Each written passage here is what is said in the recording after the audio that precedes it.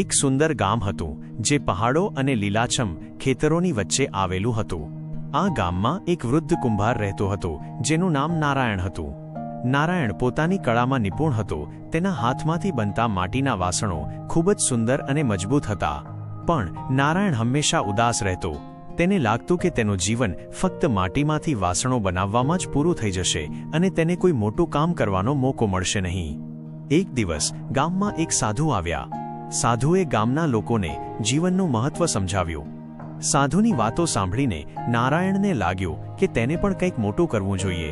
તેણે સાધુને પૂછ્યું, મહારાજ, હું એક સામાન્ય કુંભાર છું. હું મારા જીવનમાં શું મોટું કરી શકું?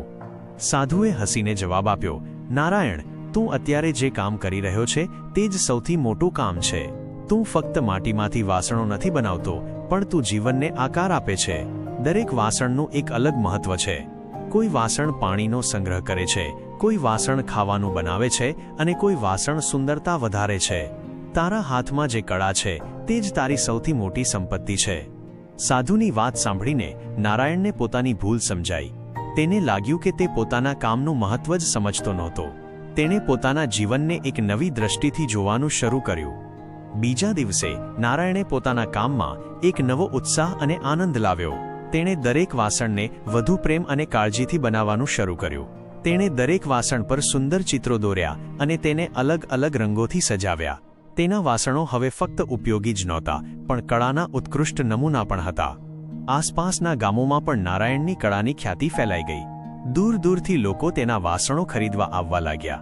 એક દિવસ રાજાના મહેલમાંથી એક સંદેશવાહક આવ્યો અને નારાયણને રાજાના મહેલમાં આમંત્રણ આપ્યું. રાજાએ નારાયણની કળાની ખૂબ પ્રશંસા કરી અને તેને દરબારમાં એક સન્માનજનક સ્થાન આપ્યું. નારાયણ રાજાના દરબારમાં એક સફળ કુંભાર બની ગયો.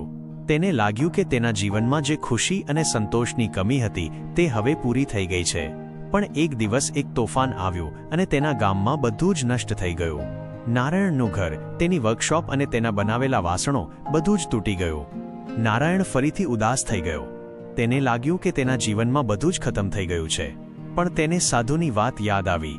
જીવનમાં જે કળા છે તે જ સૌથી મોટી સંપત્તિ છે. નારાયણે ફરીથી શરૂઆત કરી. તેણે ગામના લોકોની મદદથી ફરીથી એક નવી વર્કશોપ બનાવી અને માટીના વાસણો બનાવવાનું શરૂ કર્યું. પણ આ વખતે તેણે માત્ર પોતાના માટે જ નહીં, પણ ગામના લોકો માટે પણ વાસણો બનાવવાનું શરૂ કર્યું. તેણે ગામના યુવાનોને પણ કળા શીખવી અને તેમને આત્મનિર્ભર બનાવ્યા. આખરે નારાયણ એક સફળ કુંભાર જ નહીં, પણ એક પ્રેરણાદાયી વ્યક્તિ પણ બન્યો. તેણે લોકોને સમજાવ્યું કે જીવનમાં ગમે તેટલી મુશ્કેલીઓ આવે, પણ જો આપણે આપણા કામમાં પ્રેમ અને સમર્પણ રાખીએ તો આપણે બધું જ પાછું મેળવી શકીએ છીએ. આ વાર્તા આપણને શીખવે છે કે જીવનમાં સફળતાનો માર્ગ ક્યારેય સરળ નથી હોતો, પણ જો આપણે આપણા કામને પ્રેમ કરીએ અને આપણા હૃદયથી તેને કરીએ તો આપણે ગમે તેટલી મુશ્કેલીઓનો સામનો કરી શકીએ છીએ. જીવનનો સાચો આનંદ માત્ર સફળતામાં જ નથી, પણ તે સફરમાં પણ છે.